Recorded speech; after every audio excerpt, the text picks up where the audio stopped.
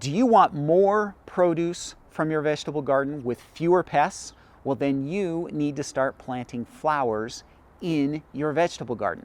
Hey guys, Rick Stone here from Stony Acres Gardening. Welcome to my channel. Today we're going to be talking about the benefits and the boost that your vegetable garden can receive by introducing some flowers into the mix in that vegetable garden.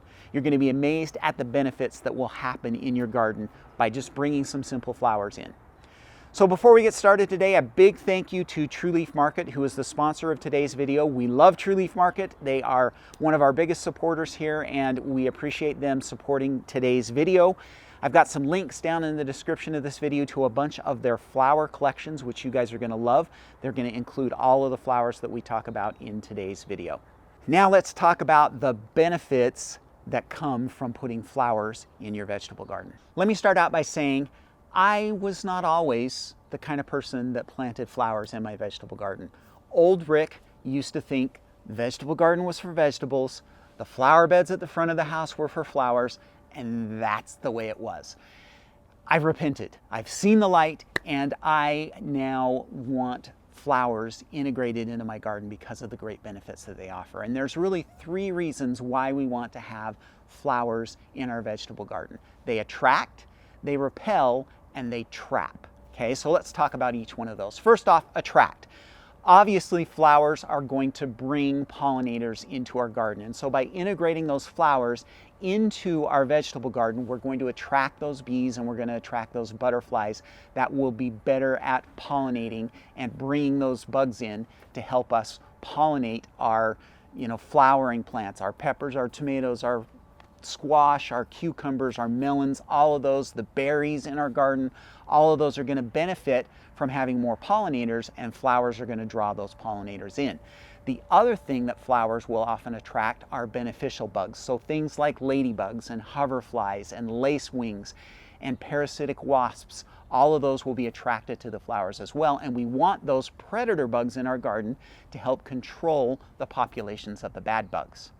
Now, the second reason why we might want to have flowers in our garden is their repelling properties. So many flowers will actually repel bugs. Great example of that is marigolds, and we're going to talk more about marigolds here in a minute. But marigolds are very fragrant, and a lot of bugs don't like that fragrance. They have chemical characteristics to them that even repel things like nematodes.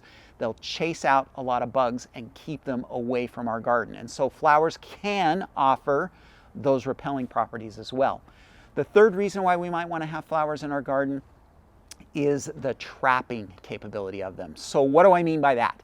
Remember that they attract, right? And often flowers will attract bad bugs as well.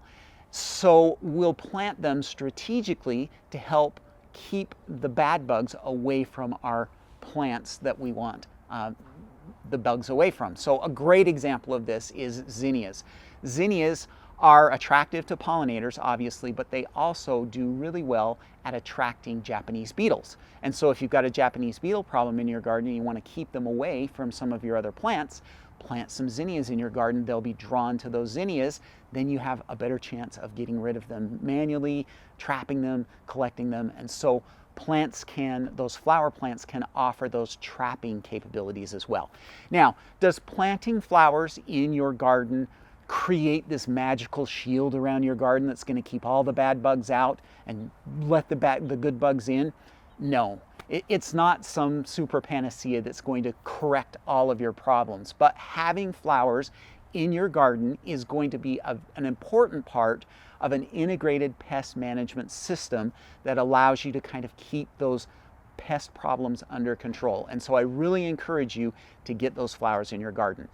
Now, what I want to do is we have 8 different flowers that we really like to plant in our garden. And so I'm going to run through and talk about each one of those with you and let you guys know why you should be planting each of those in your garden. First off, let's talk about some flowers that we can direct sow in our garden. So these can be planted directly out in the garden. Some of them you could plant indoors as well. So if you wanted to do that, you could. But I have found that all of these do really well just directly sown in the garden right around our last frost date. So these 4 flowers we've got sunflowers, zinnias, cosmos, and nasturtium.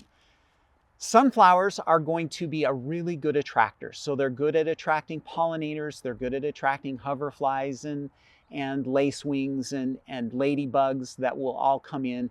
The other thing that they can do is bring in birds as well. And so about the time that the sunflowers start setting seeds is about the same time that grasshoppers really start showing up in our garden. And so by having those sunflowers, the birds are going to come in interested in the seeds, and they're also going to be interested in the grasshopper population in our garden, and will help to keep that thinned out. Another thing that sunflowers are really good for is if you've got an aphid problem in your garden, you can plant some sunflowers close by. Aphids really are not going to be a problem to a sunflower, but they're attracted to them. And the ants that farm aphids are also attracted to those sunflowers. But sunflowers are so tough and they have such a good, strong, tough stem that they never are really bothered by an aphid problem. So you can plant those sunflowers, the aphids will be attracted to them instead of the other plants in your garden, and it's really not going to bother those sunflowers. Zinnias are another one that are really good as an attractor. They're going to bring in pollinators. They can attract a Japanese beetle, which will help to keep them away from other crops. Cosmos are great for attracting. They're a beautiful flower that can be direct sown in the garden. I like to put them kind of out on the perimeters of my garden, and that brings those pollinators in and can also invite some of those beneficial bugs, parasitic wasps and lacewings and ladybugs, all like those as well. And then of course we have the nasturtium. Nasturtium, number one, big benefit is they're fully edible if you like them. They're a little bit peppery for me, but they're a really good plant to eat.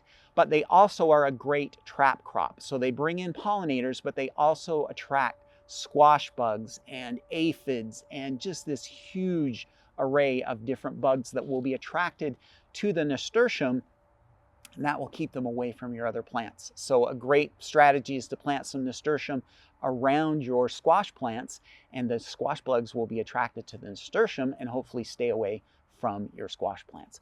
So all of these can be direct sown directly in the garden. The cosmos, the nasturtium, and the zinnias could be started indoors if you wanted, but I have found that they just do really well planted directly out in the garden. So why don't we get some sunflowers planted right now? All right, let's plant some sunflowers really quickly. Sunflowers are really easy to plant. We're going to be planting, the variety that we're planting today is called red sunflower. This comes from one of the flower seed collections that I got from True Leaf Market. Sunflower is really easy to do. We're just going to loosen up the soil here a little bit. We're kind of planting these right on the perimeter of one of my beds so that they're not really in the way of anything else. So we'll loosen up that soil just a bit, and then all we really need to do with sunflowers is press them into the soil. So they don't need a lot to happen. We're just going to kind of spread these guys out. We want them about 4 to 6 inches apart. And we'll maybe put 5 or 6 in this little seed hill right here. And then all we need to do is just press them into the soil. So we'll just go ahead, press these guys in, and that's all they really need. They don't need much. We'll just smooth that out and keep that well watered. We should have these guys coming up within, a week to 10 days. We'll start to see those seeds germinate. So sunflowers, really easy to plant and a great one to attract a lot of the pollinators and birds to your garden. Let's pause for just a second, and I wanted to talk to you guys really quickly about True Leaf Market. So True Leaf Market has been our go-to seed company from the beginning of Stony Acres Gardening. We have always used True Leaf Market. A big part of that is because they're local to us here in Utah. And so their seeds have just been the seeds that we have always used. And we love True Leaf Market, and boy, do they have a huge selection of all the kinds of seeds you want. You've got vegetable seeds, flower seeds, heirlooms, hybrids, open pollinated, sprouting seeds, microgreen seeds, everything you need for your garden, you're going to be able to get at True Leaf Market. And right now I wanted to make sure you guys knew about the flower seed collections that they have. I've included some links in the description of this video to several of their flower seed collections. This one is kind of the mother of all flower seed collections. It's a great way to get a bunch of different flower seeds. It's a 35 seed collection, and it only costs about $36, a little bit more than $36. So you're just over $1 per package of seeds. Amazing way to build your seed collection and to get them very inexpensively. So link down in the description for you to go check these guys out. True Leaf Market is awesome. Thank you again to them for sponsoring this video. Next, I've got 4 seeds for you that we should probably be starting indoors. Now, you could direct sow these, but I found they're a little bit more difficult to direct sow in the garden, and instead they benefit from having that head start from starting them indoors.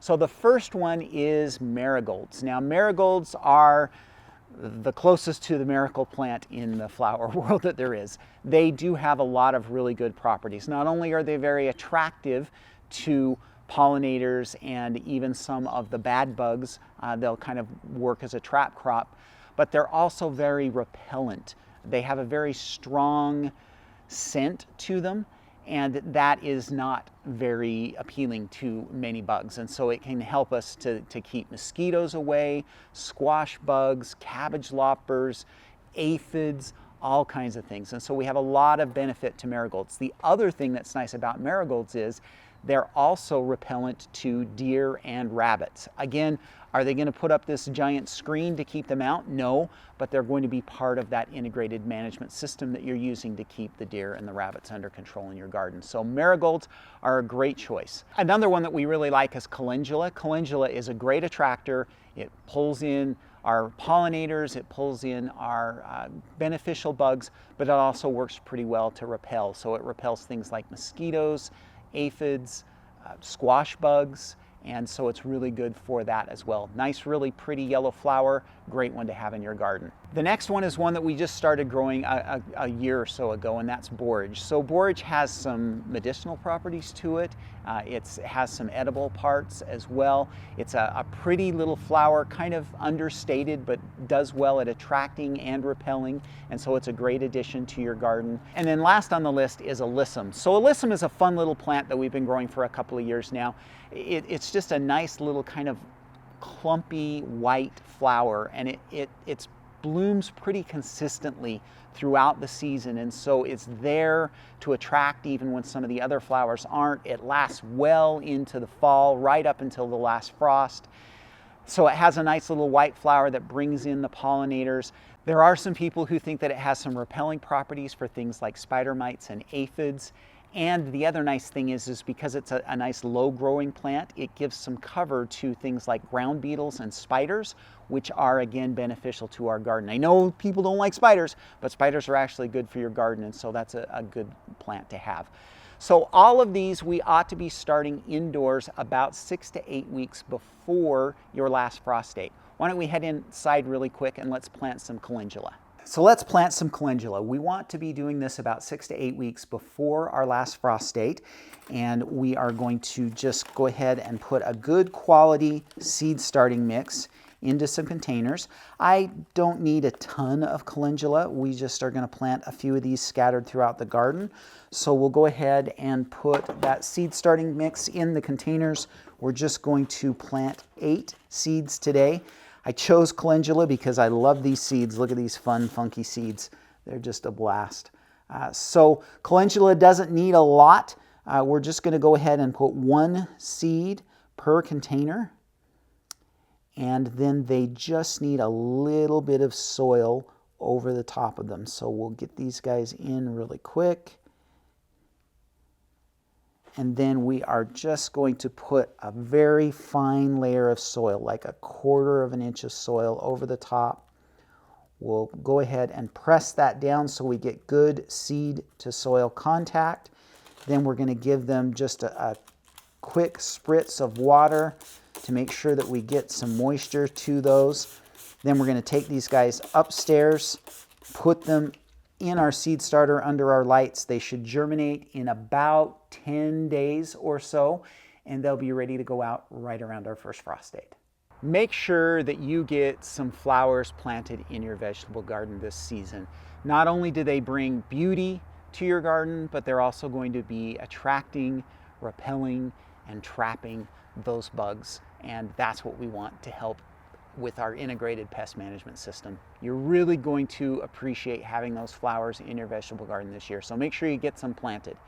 Before we go, one last big thank you to True Leaf Market for sponsoring this video. Check out their flower seed collections at the links down below, and make sure you get subscribed to my channel. We'll talk to you guys next week. Happy gardening. Hey guys, thanks again for watching, and make sure you get subscribed to my channel. Here's a couple of videos that YouTube thinks you're really going to enjoy. And I also wanted to have you go check out the Gardening Academy, which is our monthly membership service where we grow great gardeners. There's a link in the description of this video you can click on to learn more, but I'd love to have you join us over there. Happy gardening.